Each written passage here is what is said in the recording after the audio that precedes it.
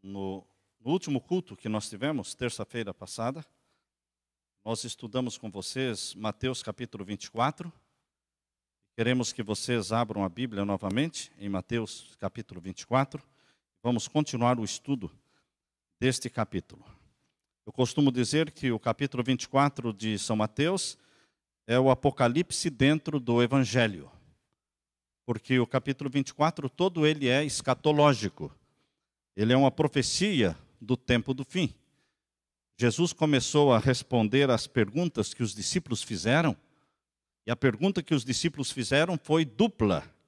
No capítulo 24 e no verso 3, Jesus diz assim: e chegando, assentado no Monte das Oliveiras, achegaram-se a ele os seus discípulos em particular, dizendo: dize-nos quando serão estas coisas e que sinal haverá da tua vinda e do fim do mundo. Então Jesus começou a responder essas duas perguntas, mas começou primeiramente a responder a segunda pergunta. A primeira pergunta falava da destruição de Jerusalém, a destruição do templo. E a segunda pergunta: que sinal haverá da tua vinda e do fim do mundo? Jesus começou a responder primeiro esta segunda pergunta, dizendo que viriam falsos cristos e eles deveriam se acautelar, verso 4, para que não fossem enganados. Verso 5, muitos virão em meu nome dizendo eu sou o Cristo, e enganarão a muitos. Verso 6, ouvireis de guerras, de rumores de guerras, olhai, não vos assusteis, porque é mistério que tudo isso aconteça, mas ainda não é o fim. Porquanto se levantará nação contra nação, e reino contra reino, e haverá fomes, pestes, terremotos em vários lugares. Mas todas estas coisas são o princípio das dores, são sinais anunciando que está chegando o momento principal na história da terra, que é a volta de Jesus. E então, diz o verso 9, vos hão de entregar para serdes atormentados e matar-vos-ão, e sereis odiados de todas as gentes por causa do meu nome.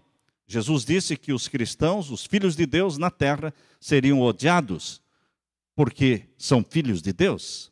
Odiados porque vivem em harmonia com Deus, obedecendo os mandamentos de Deus. Odiados porque são cidadãos do reino de Deus, mas vivendo ainda neste mundo, nadando contra a correnteza deste mundo. Por isso seriam odiados de todas as gentes por causa do nome de Jesus. E nesse tempo muitos serão escandalizados e trair-se-ão uns aos outros se aborrecerão. E o verso 11 diz: e surgirão muitos falsos profetas e enganarão a muitos. E por se multiplicar a iniquidade, o amor de muitos esfriará. A multiplicação do pecado esfriaria, congelaria o amor. As pessoas deixariam de amar como Deus quer que amemos. As pessoas não saberiam mais o que é amar. Tudo no mundo hoje é mais ou menos por interesse. Tudo no mundo hoje gira em torno de coisas, de matéria. É um materialismo. Mas Deus está falando que é a multiplicação do pecado. É de tanto pecar que as pessoas perdem a vontade de amar. Desaprendem a amar. Porque nós só aprendemos a amar aos pés de Jesus. E aprendemos a valorizar as pessoas aos pés de Jesus.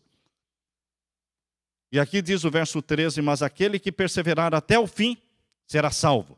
A perseverança nos caminhos de Deus. Não é o começar animado, não é o começar fiel, é o permanecer fiel até o fim, andando com Jesus. E este evangelho do reino será pregado em todo o mundo, em testemunho a todas as gentes, e então virá o fim. Este evangelho será pregado. Mesmo que você não saiba como ele será pregado antes da volta de Jesus. Nós vivemos num tempo em que praticamente mais da metade do mundo nunca ouviu falar de Jesus. Quando você pensa numa China, não é? Quando você pensa nesses países onde o evangelho ainda não penetrou, isso equivale à metade ou um pouco mais da metade da população mundial, dos 7 bilhões de habitantes. Como poderemos alcançar todo este mundo em tão pouco tempo? Se o cristianismo está na terra, há cerca de 2000 anos o cristianismo está aqui. Em 2000 anos não alcançamos nem a metade do mundo. E como nós poderemos em poucos anos alcançar a outra metade do mundo que nunca ouviu falar de Jesus, nunca teve uma Bíblia na mão para ler? Esta é uma tarefa impossível para os seres humanos. Impossível. Nós não podemos cumprir com esta tarefa. Deus tem um plano especial. Deus tem uma estratégia para anunciar o Evangelho no mundo todo, em questão de horas, em questão de dias. Nem anos ele precisa. Basta alguns dias, ele pode anunciar no mundo todo. Isto está previsto, está profetizado em Apocalipse capítulo 6. Apocalipse capítulo 6, abra sua Bíblia, veja o que Deus fará para que o Evangelho alcance o mundo todo em pouco tempo. Apocalipse capítulo 6. O Evangelho não será pregado por uma estratégia de evangelismo, uma estratégia humana. Não são os nossos planos, mas é do jeito que Deus planejou. Vejam como Deus planejou anunciar o Evangelho no mundo todo em pouco tempo. Capítulo 6, verso 12 em diante. E havendo aberto o sexto selo, olhei, e eis que houve um grande tremor de terra, e o sol se tornou negro como saco de cilício, e a lua tornou-se como sangue, e as estrelas do céu caíram sobre a terra como quando a figueira lança de si os seus figos verdes, abalada por um vento forte. E o céu se retirou como um livro que se enrola, e todos os montes e ilhas foram removidos dos seus lugares. Queridos, quando Jesus Cristo se levantar e abrir o sexto selo, vai ocorrer esta série de eventos profetizados na palavra de Deus. Alguns podem perguntar, mas pastor, isto já não aconteceu? Nós perdemos muito quando nós não entendemos, o duplo sentido, a dupla significação dos eventos pronunciados por Jesus Cristo. Nós perdemos muito na compreensão da profecia quando pensamos, bom, isso aconteceu uma vez, não vai acontecer mais. Decreto dominical aconteceu no passado. Supremacia papal aconteceu no passado. Decreto dominical vai acontecer no futuro. Supremacia papal vai acontecer no futuro. O povo de Deus foi perseguido no passado. O povo de Deus vai ser perseguido no futuro. Mártires existiram no passado. Mártires existirão no futuro. Houve um tremor de terra no dia 1º de novembro de 1755. Houve o escurecimento do sol em 1780, 19 de maio. E houve então a queda das estrelas, 13 de novembro de 1833. Vai ocorrer de novo o sinal anunciando a chegada do juízo dos vivos. O tempo em que Deus vai julgar os vivos será anunciado, será proclamado com sinais no sol, na lua e nas estrelas. Deus anunciou a chegada do juízo dos mortos em 1844. O juízo dos mortos, que começou no dia 22 de outubro de 1844, não iniciou no anonimato, em segredo, sem ninguém saber. Não, Guilherme Miller, na América. Manuel Lacunza, na América do Sul. Edward Irving, na Inglaterra. José Wolff, em outras partes do mundo. Diferentes pregadores, ao mesmo tempo, anunciando a mesma mensagem, movidos pelo Espírito Santo, dizendo que a volta de Jesus estava se aproximando. E a volta de Jesus seria por volta de 1844. Mas, queridos, houve um engano, não era a volta de Jesus. Era o início do juízo dos mortos. Quando Jesus Cristo passou do lugar santo para o Santíssimo no santuário celestial. Deus não começou o juízo dos mortos sem primeiro anunciar e proclamar. Deus anunciou através de um terremoto, escurecimento do sol, queda das estrelas. Deus também não vai começar o juízo dos vivos. Primeiramente, anunciar. Deus não tem planos e não tem desejo de que as pessoas se percam. Deus quer que as pessoas se salvem. E quando Deus anuncia o momento em que o juízo dos vivos vai começar, as pessoas se preparam. É por isso que Jesus anunciou os sinais da sua segunda vinda, para que as pessoas se preparassem. Deus não quer pegar seus filhos e filhas surpresa. Deus quer anunciar, proclamar. Os que são filhos das trevas serão pegos de surpresa, não os filhos de Deus. Mas, meus queridos, quando Jesus Cristo abrir o 6º selo, vai começar a série de eventos proclamando a chegada do juízo dos vivos. Onde está o juízo dos vivos? Dentro do contexto do 6º selo. O capítulo 7 de Apocalipse está falando do selamento do povo de Deus. Podem ler aí o capítulo 7. O capítulo 7 de Apocalipse faz parte do 6º selo que começou no capítulo 6, verso 12. O 6º selo começa no capítulo 6, verso 12 e vai até o final do capítulo 7. Portanto, quando você estiver lendo o capítulo 7, se lembre, você não está lendo algo independente do 6º selo. Você está lendo algo que está dentro do texto do 6º selo. Vamos ler o capítulo 7, verso 1. E depois destas coisas, vi 4 anjos que estavam sobre os 4 cantos da terra, retendo os 4 ventos da terra, para que nenhum vento soprasse sobre a terra, nem sobre o mar, nem contra árvore alguma. E vi outro anjo subir da banda do sol nascente, que tinha o selo do Deus vivo. Olhem que o selo do Deus vivo apareceu no contexto do 6º selo. O selo do Deus vivo tem tudo a ver com o selamento do povo de Deus. Assim como o sinal da besta tem tudo a ver com o selamento dos ímpios para a perdição, o selo do Deus vivo diz respeito ao selamento do povo de Deus para a salvação. E estamos lendo sobre o 6º selo. Quando alguém perguntar, mas por que o 6º selo? E os sinais anunciados aqui do grande tremor de terra, escurecimento do sol, da lua e a queda das estrelas, por que isto aqui está anunciando o juízo dos vivos? Porque o capítulo 7 está dizendo que o selo do Deus vivo será aplicado no contexto do 6º selo. Por isso diz aqui o capítulo 7 e o verso 2.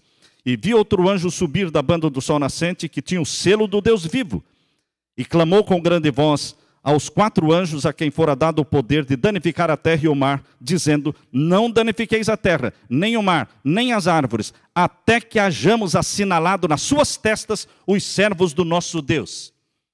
Deus vai sinalar, Deus vai selar o seu povo na testa, com o selo do Deus vivo. A Bíblia diz em Ezequiel capítulo 20, verso 12, que o sábado é o selo do Deus vivo. Também lhes dei os meus sábados, para que servissem de sinal entre mim e eles, para que soubessem que eu sou o Senhor que os santifica. Ezequiel capítulo 20, verso 12. Ezequiel capítulo 20, verso 20, fala que o sábado é o selo do Deus vivo. Por isso, queridos, que o sinal da besta é um outro dia, não o sábado, é um outro dia santificado no mundo. Existe o verdadeiro dia sagrado de Deus, existe o falso dia, o falso sábado, que é o domingo, é o primeiro dia da semana. Então o primeiro dia da semana se constitui em o sinal da besta, enquanto que o selo do Deus vivo é o sábado. Chegará um momento em que Deus vai começar a selar o seu povo com o selo do Deus vivo. E que cada pessoa na face da terra terá que fazer uma decisão inteligente do que está fazendo. Uma decisão ao lado do selo do Deus vivo ou ao lado do sinal da besta. O sinal de Deus e o sinal da besta não serão aplicados em pessoas ignorantes, em pessoas que não sabem o que está acontecendo. Cada um terá condição de fazer uma decisão inteligente. O mundo todo ficará sabendo qual é o selo de Deus. Eu assisti hoje a entrevista de um jovem que hoje é vice-presidente da Columbia Pictures. Este jovem adventista foi entrevistado por Oprah no seu programa, e Oprah perguntou, mas como você, um jovem cristão, e que guarda o sábado, como é que você chegou nesta posição? Vice-presidente da Columbia Pictures. Ele disse, eu expliquei para eles. Eu guardava o sábado. Desde a sexta-feira, o pôr do sol da sexta, até o pôr do sol de sábado. Porque este é o 7º dia. E ela então disse, então quer dizer que o 7º dia, o sábado, é o sétimo dia, o que vem depois da sexta-feira? Não é o domingo? Porque até hoje eu pensei que o sábado era o domingo. Ele disse, não. Depois da sexta-feira, ao pôr do sol, começa o sábado. Eu não respondo, eu não leio e-mails, não atendo telefones. É um dia sagrado para o meu descanso, para a comunhão com Deus e com a família. Você conseguiu isto. Ele disse, bom, eu planejei que eu não contaria isso para o meu chefe até que eu recebesse o emprego. Fiz esse plano. Mas quando eu fiz o plano de não contar a respeito do sábado, a não ser depois que recebesse o emprego, Deus me falou, não. Você tem que falar, seja obediente. E então eu falei. Mas eles me concederam um sábado livre. Queridos, Deus está proclamando diante do mundo que o sábado é o dia do Senhor. O sábado ficará conhecido no mundo todo como selo do Deus vivo em questão de poucos dias. Quando o grande tremor de terra, da qual o sexto selo está falando, acontecer, o mundo todo saberá. Ninguém precisará anunciar esse grande terremoto pelos jornais ou pela televisão, porque todos os habitantes da terra saberão quando esse grande tremor de terra ocorrer, porque será um grande tremor de terra, não no Brasil, não nos Estados Unidos, será um grande tremor de terra no planeta Terra. É a terra que vai tremer, não é um país, não é um continente. Todos saberão. Deus usando os elementos da natureza para proclamar diante do mundo algo estupendo, espetacular que vai acontecer. E o mundo todo curioso vai perguntar o que está acontecendo. E o povo de Deus remanescente poderá dizer, poderá contar a verdade. Falar, é o selo do Deus vivo que vai começar a ser aplicado. É o selamento do povo de Deus que vai começar. É a hora do juízo dos vivos. Temei a Deus e dai-lhe glória. Guardem os mandamentos de Deus. Abracem a Jesus como Salvador. E em seguida vem o escurecimento do sol. E em seguida o escurecimento da lua em cor de sangue. E em seguida a queda das estrelas. E em seguida o quê? O céu se retira como um livro que se enrola. Montes e ilhas são removidos dos seus lugares. E o povo apavorado perguntará, o que é isso? E o povo de Deus dirá, esses são os sinais que Deus está mostrando no céu e na terra, dizendo que o juízo dos vivos está chegando. É tempo de julgamento. Mas Jesus é o juiz e Jesus também é o advogado. Aceite a Jesus como Salvador e você estará salvo no julgamento. Não há condenação para aqueles que estão em Cristo Jesus. Romanos capítulo 8, verso 1 diz, não há condenação para os que estão em Cristo Jesus. Por isso, meus queridos, quando esses sinais acontecerem, o mundo todo ficará sabendo. E o mundo todo perguntará o que é que está acontecendo. Em questão de dias, todos saberão qual é o selo do Deus vivo. E qual é o sinal da besta?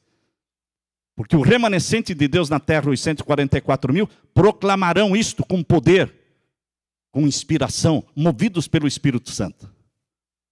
Por isso o evangelho vai ser pregado no mundo todo, em pouco tempo, porque Deus tem sua estratégia. Jesus não vai voltar no anonimato, em segredo. Antes da vinda dele, haverá a conversão de uma grande multidão. O capítulo 7, que pertence ao sexto selo, fala do selamento com o selo do Deus vivo e fala quais são os primeiros que serão selados. Vejam aí, o verso 4, capítulo 7, verso 4, diz quem são os primeiros a serem selados. E ouvi o número dos assinalados, e eram 144 mil assinalados de todas as tribos dos filhos de Israel. O selamento do povo de Deus começa com as primícias dos salvos vivos.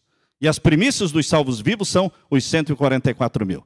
São os primeiros a serem selados. São os primeiros a proclamarem o alto clamor, sai dela, povo meu, e una-se aos que guardam os mandamentos de Deus e têm o testemunho de Jesus.